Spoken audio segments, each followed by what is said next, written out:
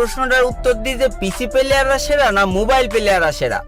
তো ভাই মোবাইল প্লেয়ারদের গেম প্লে দেখে অতটা মজা পাওয়া যায় না, কারণ ভাই মোবাইল প্লেয়াররা সব বট হয়, কারণ ওদের ভালো মুভমেন্ট থাকে না, ভালো ওয়ান ট্যাপ মারতে পারে না, ঠিক মতো হেডশট মারতে পারে না, AWM চালাইতে পারে না, মানে যাচ্ছে তো একটা অবস্থা।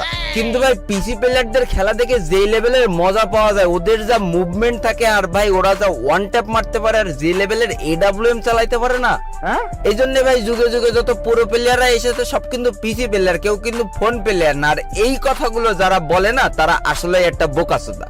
কারণ ভাই যে জীবনে একবার হলেও ফোন দিয়ে গেম খেলেছে আর যার মাথায় গুণা থেকে একটু হলেও ঘৃণা আছে, সে অন্তত পিসি প্লেয়ার আর ফোন প্লেয়ার কোনোদিন এক দৃষ্টিতে দেখবে না। ফোন প্লেয়ার তো ফোন প্লেয়ারই ভাই, ফোন প্লেয়ারদের সাথে তুমি যদি পিসি প্লেয়ারের তুলনা করো তাহলে ভাই তোমার মাথায় ঘেনু নেই, তোমার মাথায় গামলা গামলা গু আছে।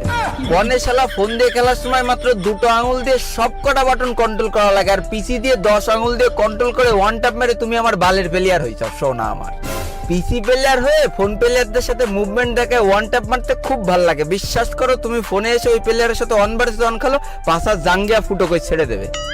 ভাই আমি নিজেও একজন ফোন প্লেয়ার ছিলাম, আমি ফোন প্লেয়ারদের সারাটা জীবন রেসপেক্ট করে যাব, কারণ ভাই আমি জানি যে ফোন দিয়ে পড়ো হওয়া আসলেই কতটা কঠিন।